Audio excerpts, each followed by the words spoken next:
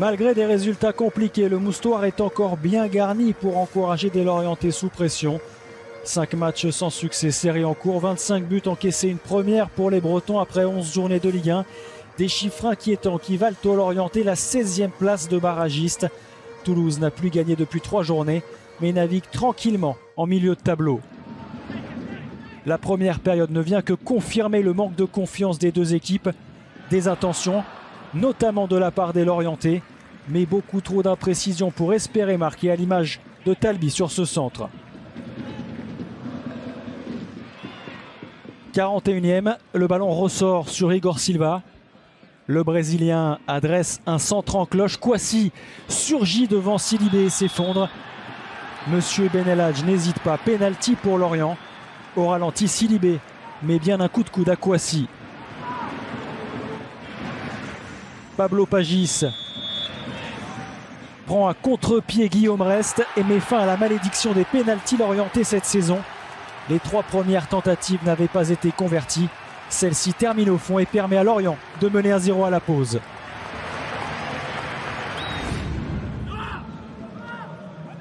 La seconde période est un peu plus animée encore grâce à Kouassi. Sur son ballon pourtant anodin, Rest et sa défense communiquent mal. Tozin décale Pagis qui enchaîne en une touche mais rate le cadre.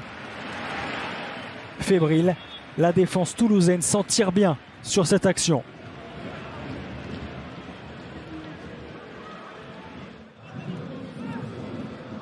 « 63e minute, Igor Silva manque son intervention. Metali récupère, entre dans la surface et se fait percuter par Avom Ebong.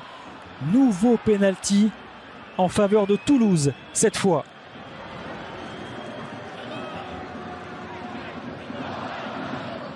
Coupable sur le but lorientais, Djibril Silibé ne tremble pas. Un but partout avec un pénalty de chaque côté.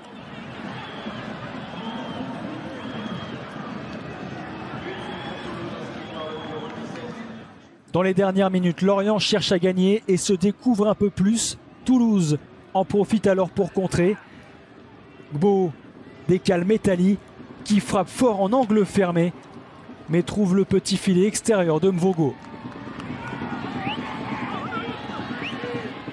Dans la minute qui suit, Soumano prend la profondeur, s'amuse avec Cresswell et glisse en retrait vers Bamba.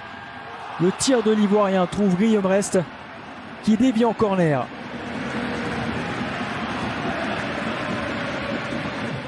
C'est seulement la 2e frappe cadrée lorientaise dans ce match, la 2e depuis le pénalty réussi par Pagis.